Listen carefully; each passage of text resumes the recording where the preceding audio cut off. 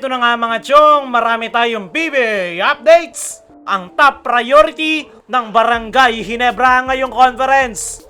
Jeremiah Gray last chance o iti-trade na nga ba ng Barangay Ginebra? Ito nga si Jeremiah Gray mga chong, ang isa sa mga rising star player ngayon dito sa PBA. Maganda naman yung mga ipinakitang performance ng nasabing Ginebra guard, pero dahil nga sa sunod-sunod na injury ay hindi talaga niya may excel ang kanyang laro. Marami pa ngang hindi na ipapakita itong si Jeremiah Gray, gaya na lang ng kanyang athleticism. Kaya naman kahit injury prone ay marami ang umaasa na may ipapakita nito ang kanyang tunay na laro. Pero ang tanong, mabibigyan ba ng last chance itong si Jeremiah Gray o tuluyan na siyang iti-trade ng Barangay Ginebra? Ayon nga sa mga source ay ongoing ang rehab nitong si Jeremiah Gray para sa kanyang tuhod.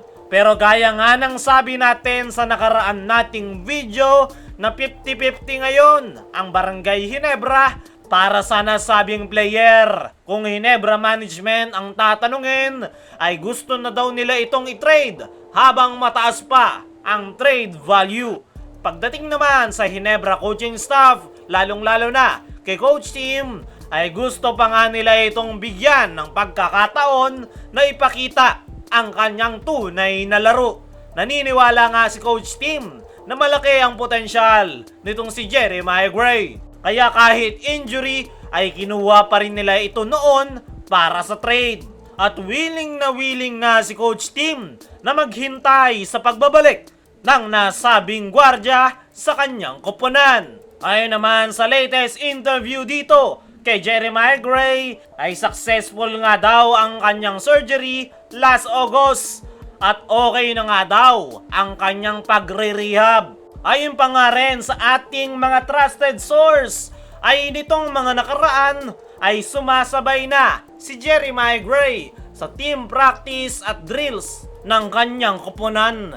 Pero magagaan na trabaho pa lang ang ipinapagawa sa kanya ni Coach Tim, gaya na lang ng pagpapalakas ng kanyang tuhod at mga shooting drills. Kumbaga limitado pa lang yung mga kayang gawin nitong si Jeremiah Gray. Pero magandang sign nga yan para sa kanyang koponan dahil paunti-unti ay nakakabalik na siya sa Barangay Ginebra at hindi naman pinapabayaan ni Jeremiah Gray ang kanyang katawan. Tuloy-tuloy pa rin ang kanyang pagpapakondisyon kahit pa nagre-recover ito sa kanyang injury. At yan nga ang isa sa dahilan kung bakit ayaw pang pakawalan ni Coach Tim Cone itong si Jeremiah Gray dahil positive nga daw ang mindset nito kahit pa 2 ACL injury na ang kanyang natamo ay nandoon pa nga rin yung kanyang pagiging masipag sa kanilang team practice.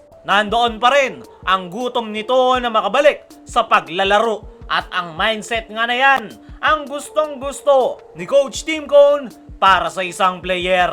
Ayon pa nga mismo kay Jeremiah Gray ay sinabi nga nito, I lose weight a little bit but I'm not at it. But I am more active.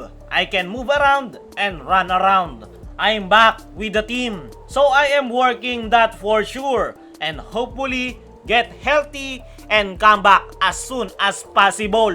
Ayon nga dyan mga chong ay gustong gusto nang makabalik nitong si Jeremiah Gray sa paglalaro. Gusto niya nga daw mapabilis pero hindi niya nga daw minamadali ang kanyang pagbabalik. Sa ngayon ay gusto pa talaga ni Coach Tim na bigyan ng last chance itong si Jeremiah Gray. Dumako naman tayo dito sa kung ano ang top priority ng Barangay Ginebra ngayong conference. Bukod nga sa pagdepensa ng kanilang kampyonato ay meron pa ngang mas top priority ngayon si Coach Tim Cone para sa kanyang kupunan. Yan ay ang kanilang team chemistry. Maraming araw na babasa itong si Coach Tim Cone na dapat daw palitan si Tony Bishop. Meron din daw nagsasabi na kumuha ng mga better players na makakatulong sa kanilang koponan. Ang sagot nga dyan ni Coach Tim ay madaling araw kumuha ng mga bagong players. Pwede nga daw silang mag-trade, pwede din kumuha sa unrestricted free agency.